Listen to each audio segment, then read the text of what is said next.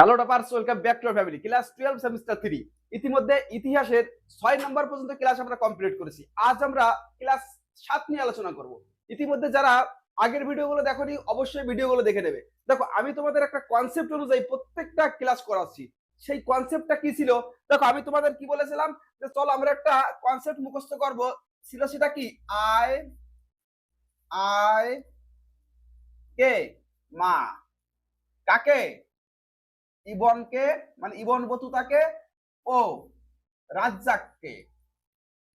রাজ্জাক বেঁধেছে। রাজ্জাককে চলো এখানে দিতে পারো বেঁধেছে। দেখো, আমি তোমাদের এটা মনে রাখতে বলেছিলাম। কি বলেছিলাম? পর্যটকের চোখে ভারত, অর্থাৎ বিদেশ থেকে যারা ভারতে পর্যটকের জন্য এসেছিল, ভারতে ঘুরতে এসেছিল, যারা প্রধান, দেখো তাদের নামগুলো এখানে আছে। আমরা আইতে কি বলেছিলাম? আল মাসুদি বলেছিলাম। ভালো করে মাথায় রাখবে। আবার আইতে কি? বিরুনি, আল বিরুনি। মনে পড়ছে সব? কি বলেছিলাম? আল বিরুনি। দেখো, মাতে কি বলেছিলাম? Marco polo. তাই তো। ইবনে কি বলেছিলাম? এটা তোর বলা লাগবে না। ইবনে কি? Ibn Battuta. Ibn Battuta. রাজ্জাককে আব্দুল রাজ্জাক।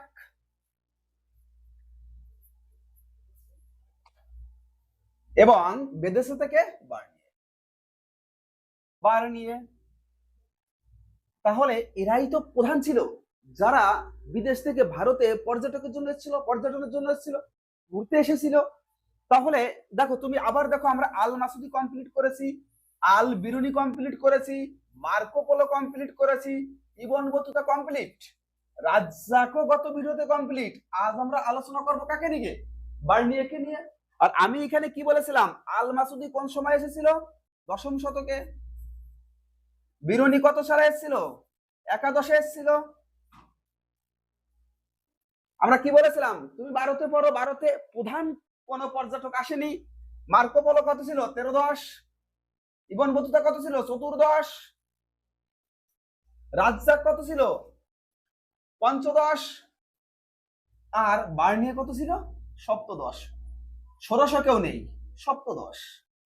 তাহলে তুমি একটু ছলে বলে এইভাবে তো আমরা বলতে পারি যে দেখা যাচ্ছে তোমার বন্ধুকে ডাকলে এই আয় আয়, বা অন্য একটা ভাইকে ডাকলে যে আয় আয়, মা কি করেছে? ইবনকে আর রাজ্জাককে বেঁধেছে। তার মানে কি? বেঁধেছে মানে কি? মা তাদেরকে শাস্তি দেবে। যে যা কিছু ভাবো সেটা তো হতে পারে। তাহলে তুমি এর মাধ্যমে কি মনে রাখতে পারছো? পর পর কোন পর্যটক ভারতে এসেছিল। তাহলে দেখো, মাসুদি প্রথম এসেছিল, তারপরে বিরুনি, তারপরে Marco Polo, Ibn Battuta, Razzaq, Bernier. তুমি যদি এভাবে মনে রাখো তাহলে কোন শতকে আসছিল এটা আমার মাথায় থাকবে। তার মানে কি? এ দশম, একাদশ, 12 নেই, মার্কো পোলো 13দশ, ইবন বতুতা 14দশ, রাজ্জাক 15দশ, বার্নিয়ে 17দশ, 1600 নেই।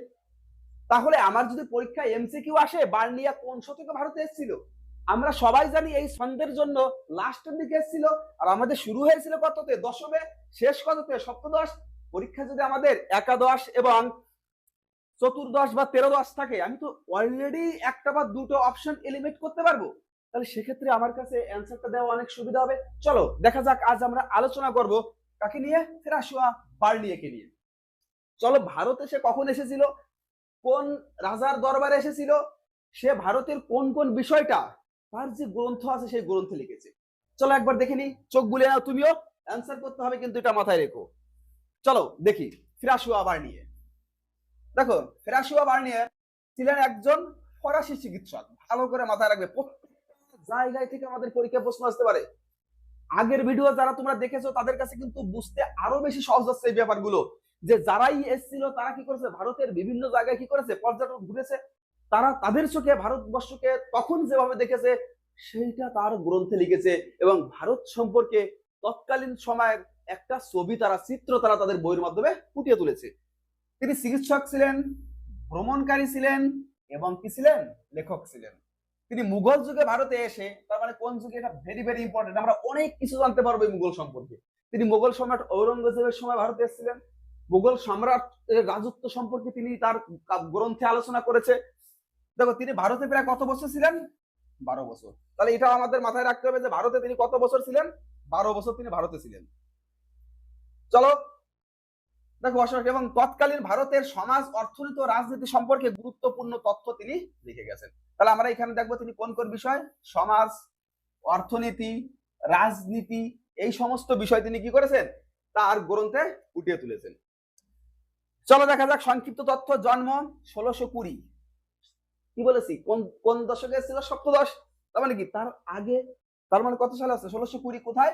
ফ্রান্স। পরিচয়, চিকিৎসক ছিলেন, ভ্রমণকারী ও লেখক। এই তিনটে জায়গায় কিন্তু আমার ভালো করে মাথায় রাখতে হবে। চিকিৎসক ছিলেন, ভ্রমণকারী ছিলেন এবং লেখক ছিলেন। ব্যাস, এটুকু কোনো সমস্যা আছে তোমার? চলো পরের স্লাইডে যাই। দেখো কি আছে, তিনি মুঘল সম্রাট ঔরঙ্গজেব। ভেরি ভেরি ইম্পর্টেন্ট, এই জায়গাটা তোমার অবশ্যই মাথায় রাখতে হবে। সময় ভারতে এসেছিলেন, তিনি মুঘল দরবারের প্রশাসন সম্পর্কে বিস্তারিত বর্ণনা করেছেন। মুঘল দরবারের প্রশাসন সম্পর্কে দেখো বিখ্যাত গ্রন্থ travels in the Mughal empire, এই বইয়ে তিনি মুঘল সাম্রাজ্যের রাজনীতি, অর্থনীতি, সমাজ ব্যবস্থা সম্পর্কে বর্ণনা করেছেন। দেখো মুঘল সম্পর্কে সব থেকে বিস্তারিত ডিটেলস আলোচনা করেছে কি? আমাদের বার্নিয়ে। তাহলে মুঘল বিষয়ে কোনো কিছু থাকলে অবশ্যই আমরা চোখ বুঝে কি অ্যান্সার করব? বার্নিয়েই অ্যান্সার করব। দেখো গুরুত্ব কি, তার লেখা মুঘল যুগের শাসন, জমিদারি ব্যবস্থা, সমাজ সম্পর্কে গুরুত্বপূর্ণ তথ্য পাওয়া যায়। তার মানে আমরা সহজ কথায় বলতে পারি তৎকালীন সমাজের মুঘল রাজত্ব সম্পর্কে একটা দলিল ছিল আমাদের বার্নিয়ের এই লেখা বইটি। অর্থাৎ এই বার্নিয়ের এই লেখা বইটা যদি আমরা পড়ি তাহলে মুঘল সাম্রাজ্যের একটা ছবি আমাদের চোখের সামনে ফুটে উঠবে এবং মুঘল সাম্রাজ্য সম্পর্কে আমরা জানতে পারবো। দেখো ইউরোপে ভারতের সম্পর্কে ধারণা গঠনে তার ভ্রমণ বৃত্তান্ত গুরুত্বপূর্ণ ভূমিকা রাখে। চলো তারপরে কি আছে আমরা দেখি। দেখো এবার আছে এমসিকিউ। চলো এর ভিতরে তুমি কতগুলো পারো? আমি অ্যান্সার বলবো অবশ্যই লাস্টে, প্রত্যেকটা তো অবশ্যই বলবো না। দেখো দেখে নাও কোনটা তুমি, যেটা তোমাকে বাড়ির কাজ দেবো তোমাকে অবশ্যই সেটা কমেন্টে করে পাঠাও, তাতে তোমার পড়াটা যাতে বেস্ট অফ দ্য বেস্ট হয় সেটা আমি যাতে বুঝতে পারি। চলো কি বলেছে, ফেরাসিও বার্নিয়ার কোন দেশে ভ্রমণকারী ছিলেন? চলো ইতালি, ফ্রান্স, স্পেন, পর্তুগাল। এক দাগ দিয়ে অ্যান্সার করো। এ হবে না বি, না সি, না বি? দুই জায়গায় কি আছে, ফেরাসিও বার্নিয়ার কোন পেশায় ছিলেন? সৈনিক, চিকিৎসক, ব্যবসায়ী এবং শিক্ষক। দেখো আমাদের ওইখানে কিন্তু ফেরাসিও বার্নিয়ার পেশায় কি কি ছিল সবকিছুই লেখা ছিল, তার ভিতরে একটা কি ছিল? চিকিৎসক। তাহলে আমাদের অ্যান্সার কি আসবে? বি। তাহলে তোমার এক দাগের অ্যান্সার তুমি কমেন্টে জানাও। 3, ফেরাসিও বার্নিয়ার কত সালে জন্মগ্রহণ করেন?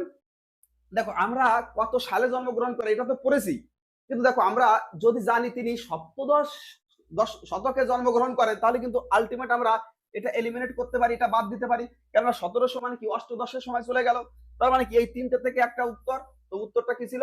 1600। দেখো 4 দাগে, ফেরাসিও বার্নিয়ে কোন যুগে ভারতে আসেন? দিল্লি সুলতানি যুগ, মুঘল যুগ, প্রাচীন যুগ, আধুনিক যুগ। দেখো এটা তোমরা অবশ্যই অ্যান্সার করতে পারবে, কারণ যার কাছে কনসেপ্ট ক্লিয়ার সেই অ্যান্সার অবশ্যই দিতে পারে। চলো 4 দাগ দিও, তুমি অ্যান্সারটা দাও। কি হবে 4 দাগের উত্তর? দেখো তারপর আমরা দেখবো 5, ফেরাসিও বার্নিয়ে কোন মুঘল সম্রাটের সময় ভারতে এসেছিলেন? আকবর, শাহজাহান, ঔরঙ্গজেব, বাবর। চলো এটাও তুমি অ্যান্সার দাও। 5 দিয়ে অ্যান্সারটা করে দাও। এ না বি, না সি, না ডি? কারণ কি কনসেপ্টে আমি তোমাকে এটাও দেখিয়েছি, তো সেক্ষেত্রে তোমার কাছে এটা একদম ইজি ব্যাপার। তো 6 দাগ, ফেরাসিও বার্নিয়ে প্রায় কত বছর ভারতে ছিলেন? 5 বছর, 8 বছর, 12 বছর, 20 বছর। তাহলে এটা কত বছর হবে? 12 বছর। চলো তাহলে 6 নাম্বার পর্যন্ত হলো আমাদের। এবার দেখি আমরা প্রশ্ন নাম্বার 7, ফেরাসিও বার্নিয়ের বিখ্যাত গ্রন্থ কোনটি? চলো এ থেকে কি? Baburnama, travel in the Mughal empire, Rihla, Akbarnama. চলো অ্যান্সার দাও। 7 দাগ দিয়ে অ্যান্সার লেখো। এ না বি, না সি, নাকি ডি? কারণ এটা তো তোমার কাছে একদমই ক্লিয়ার, যেহেতু তোমার কনসেপ্ট ক্লিয়ার সেহেতু তোমার কাছে অ্যান্সার ক্লিয়ার। দেখো তারপর দেখো 8, travel in the Mughal empire গ্রন্থে কি বর্ণনা করা হয়েছে? চলো এটাও তুমি করো। 8 দিয়ে অ্যান্সার লেখো। এ, বি, সি, না ডি? কারণ কি এটাও আমি শিওর যে তুমি অবশ্যই এই অ্যান্সার দিতে পারবে। যদি তুমি কনসেপ্ট দেখে থাকো এই অ্যান্সার অবশ্যই তুমি পারবে। চলো তারপর দেখি বার্নিয়ে কোন শতকের ভ্রমণকারী ছিলেন? এটা তুমি কোনো কিছু না ভেবেই প্রথমে যে তোমাকে ট্রিক্স দেখিয়েছিলাম সেই ট্রিক্সের উপরে নির্ভর করে তুমি পড়ো যে কোন শতকে তিনি ভারতে এসেছিলেন। এটা কি পঞ্চদশ হবে, নাকি ষোড়শ, নাকি সপ্তদশ, নাকি অষ্টদশ? তারপর চলে গেলাম 10, বার্নিয়ার ভ্রমণ বৃত্তান্ত থেকে কোন সাম্রাজ্যের তথ্য জানা যায়? চলো এটাও তুমি অ্যান্সার দাও। কারণ কি দেখো এই সমস্ত প্রশ্নের অ্যান্সার দেওয়ার মতো প্রশ্ন এখানে নেই, কারণ কি তুমি সব কয়টা যদি কনসেপ্ট তোমার কাছে ক্লিয়ার থেকে প্রত্যেকটার অ্যান্সার তুমি দিতে পারো। চলো তুমি তাড়াতাড়ি করে দাগ নাম্বার এবং এ বি সি ডি কোনটা অ্যান্সার হবে তাড়াতাড়ি করে অ্যান্সার দাও। ইতিমধ্যে 7 নম্বর ক্লাস চলে আমাদের ইতিহাসের সেমিস্টার 3। এইভাবে কনসেপ্ট ওয়াইজ এবং লাস্টে এমসিকিউ সিরিজ আমাদের চলবে। কথা দিচ্ছি পরীক্ষার আগে সম্পূর্ণ ক্লাসগুলো পরপর আমরা নিয়ে আসবো তোমাদের জন্য। তোমার যদি এই ভিডিওটা ভালো লাগে তাহলে তোমার করণীয় কি, অবশ্যই এটাকে সাবস্ক্রাইব করা এবং তোমার বন্ধুদের কাছে পৌঁছে দেওয়া। কেননা দেখো রেজাল্ট আমাদের সবাই করতে হবে। আমি বলেছি ইতিহাসে ধামাকা তৈরি করবো, ধামাকা দেবো তোমাদের। ইতিহাসে তুমি চোখ রাখো, হ্যাঁ আমি কথা দিচ্ছি প্রত্যেকটা প্রশ্ন তোমার এখান থেকে কনসেপ্ট থেকে বুঝতে পারবে। যদি তুমি রেগুলার ক্লাস করো তাহলে তুমি প্রত্যেকটা প্রশ্নই কমন পাবে। বারবার করে একটা কথা বলছি, লাস্ট মিনিট সাজেশন থেকে কখনো 40-40 পাওয়া সম্ভব না। তোমাকে এখন থেকে রেগুলার এই যে 15 মিনিট বা 20 মিনিটের ক্লাস আছে, এই ক্লাসগুলো করতে হবে যদি তোমাকে একটা ভালো রেজাল্ট করতে হয়। দেখো ভাই, বাস্তবতা আর পরীক্ষার এক সপ্তাহ আগে পড়বো, এটা ভাই সম্পূর্ণ ভিন্ন ব্যাপার। যে টাইমটা আছে সঠিকভাবে কাজে লাগাও, যে টাইমটা আছে নিজের শতভাগ পরিশ্রম দিয়ে নিজের রেজাল্টটা ভালো করার চেষ্টা করো। কেননা তোমার একটা ভালো রেজাল্ট তোমাকে মোটিভেটেড রাখবে এবং পরে যে তোমার আসল জীবনের লেখাপড়া তাকেও কি করবে, সাফল্যের দিকে নিয়ে যেতে আরো বেশি তোমাকে প্রস্তুত করে রাখবে। যদি ভালো লাগে ভিডিওটা অবশ্যই শেয়ার করে দাও বন্ধুদের মাঝে এবং কন্টিনিউ ব্যাক টু ব্যাক প্রত্যেকটা ক্লাস থাকবে হ্যালো টপার্সে। আর চোখ রাখো হ্যালো টপার্সে, ইতিহাস সহজ করে দেবো তোমার জন্য। ধন্যবাদ।